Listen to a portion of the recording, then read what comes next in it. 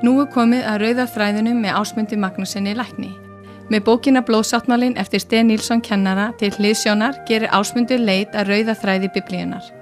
Hann tekur okkur inn í fortíð Ísraelsmanna og rannsakar hefði þeirra og fórnarathafnir. Hér umsjónarmaður þáttarins, Ásmundur Magnússon.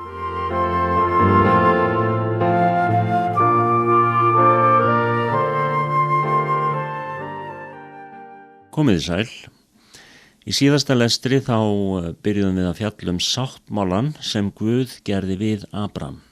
Og við endum á því að segja hvað sá Abraham, sem undir fyrirsögn næsta kafla. Abraham fékk einnig að sjá merkilega hluti, en sól var runnin og myrkt var orðið, kom reykur sem úr ofni og eldslogi leið fram á milli þessara fórnastykja. Hvað var nú þetta? Einhver hafði tekið stöðu Abrahams, einhver sem gekk áttu eilíðatáknsins, sem hann átti sjálfur að ganga og segja þannig á táknrænan hátt: ég dey nú frá sjálfu mér, ég afsala mér réttinum til eigin lífs. Ég hef hafið göngu með fóstbróður mínum sem mun vara þar til dauðinn skilur okkur að. Og þetta vísar allt til þess sem við erum búin að fara áður í þessum lestrum. Hann var að ganga í blóðsáttmála og það þurftu báðir aðilar sáttmálans að ganga á milli þessara kjötstykki eftir ákveðnum reglum. En Abraham var í dásvefni og Guð vann verkið. Svo höldum við áfram lestrinum, en einhver annar gengur nú þar sem Abraham átti að ganga. Abraham sér eldsloga, brennandi lampa, stendur í annarri biblíuþýðingu. Hvað sá Abraham? Hver gerði sáttmála við Guð? Rifjum upp það sem Biblían segir orðið. Þitt orð lampi fóta minna, segir í Davíðssálmi 119:105. Boðorð, orðið lampi, segir í Orðskviðunum 6:23. Og í fyrsta kafla Jóhannesar Guðspjalls stendur: og orðið varð hold og hann bjó með oss. Þar verið að fjalla Jesú Krist. Kristur það lifandi orð sem nú hefur tekið sér stöðu Abrahams. Hann hinn síðari Adam sem hefur tengst sáttmálanum. Hann hinn eilífi meðalgangari milli Guðs og manns. Ef gera á sáttmála þeirra á milli, verður meðalgangarinn að vera þar. Því að hann sá sem verður að greiða hið endanlega verð til þess að Guð og maðurinn geti orðið eitt. Abraham sér einnig að það kom reykur sem úr ofni og eldslogi leið fram á milli þessara fórnastykja. Hvað gat þetta verið? Biblían segir að dýr drottins var á að líta sem eyðandi eldur. Sínaí fjall var allt í einum reyk fyrir því að drottin stén niður á það í eldinum. Mökkurinn stóð upp af því eins og reykur úr ofni. Þetta 2. Mósebók 19:18. Hver heldur það hafi verið sem reykur úr ofni og sem leið milli fórnastykjana? Það hlýtur að hafa verið Guð faðir. Sáttmálinn var gerður milli Guðs og Jesú Krists. Hann ekki sá sem tapar. Faðirinn og sonurinn eru hlutakendur í þessum mikilvæga sáttmála. Sonurinn nú þegar fulltrúi þess manns af hvers niðjum hann ætlar að gera sér líkama. Altså niðjar hans myndu verða til þess að sonurinn gerði sér líkama af niðjónum. Og sem hinn síðari Adam leysa vandamál hins fyrsta Adam sem var bölvun mannkynsins. Jesús Kristur var sá eini sem gat verið staðgengill Abrahams í sáttmála við Guð. Allir ófættir niðjar Abrahams voru með í þessum sáttmála.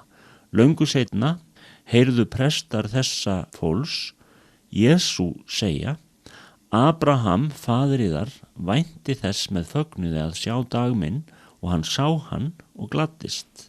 Það í Jóhannes 8:56. Þessi hreinu dýr sem var fórnað og sem voru hlutuð sundur táknuðu þá sem gerðu sáttmála hvor við annan. Fórnin var eftirmynd Jesú Krist sem löngu seinna átti að koma sem Guðslamb til að bera synd heimsins. Það fyrirfinnst ekkert á jörðinni sem þessi blóðsáttmáli við Guð ríkir ekki yfir. Eigi að síður mannlegt að spyrja drottin hvers vegna hann hafi gert sér þetta svona erfitt að öðlast vald yfir jörðinni.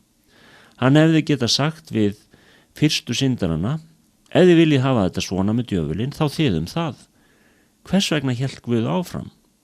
Hann er ekki sá sem tapar. Hann aftók að glata því sem hann hafði skapað. Hann varð að finna til leið til að öðlast þetta aftur. Hann valdi þá leið að gera blóðsáttmála.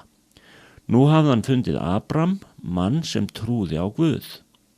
Og Páll postuli segir í Rómarbréfinu 4:19-20: og ekki veiklaðist hann í trúnni þótt hann myndist þess að hann væri komin að fótum fram, þar að segja Abram. Fyrirheit Guðs efaðist hann ekki með vantrú, heldur gjörðist styrkur í trúnni. Hann gaf Guði dýrðina og var þess fullviss að hann er máttugur að efna það sem hann hefur lofað. Þetta var velgert af manni sem þráði að eignast son, en bæði hann sjálfur og Sara konans voru svo gömul sem raun bar vitni. Það var ekkert sýnilegt eða tilfinningalegt sem gat uppörfað slíka von, en Abram festi sig ekki við það sem var sýnilegt, líkami hans var tengdur Guði. Það gaf honum von eitthvað sem með mannlegum augum séð var vonlaust. Hann gat sagt: ég stjórnast ekki af því sem ég sé eða finn fyrir, heldur af því sem ég trúi. Ég er í sáttmála við Guð og út frá þeirri staðreynd lýsi ég yfir trúminni. Fyrir því var það honum til réttlætis reiknað, stendur í Rómarbréfinu 4:22. Það sýndi sig á því erfiða prófi sem beið hans að Abram var fastur fyrir, en mikilvæg smáatriði voru eftir til að blóðsáttmálinn yrði fullkominn. Nýtt nafn. Við getum lesið framhald sáttmála athafnarinnar í 1. Mósebók 17. Þar segir að Drottinn hafi vakið Abram af svefninum til að halda athöfninni áfram.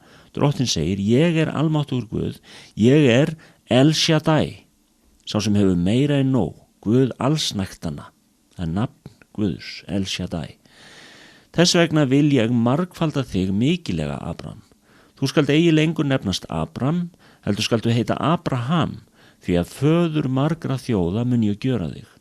Og ég mun gjöra þig mjög frjósaman og gjöra þig á þjóðum, og af þér skulu konungar koma. Þetta geri ég, en þú skalt halda sáttmála minn, þú og niðjar þínir eftir þig frá einum ætli til annars.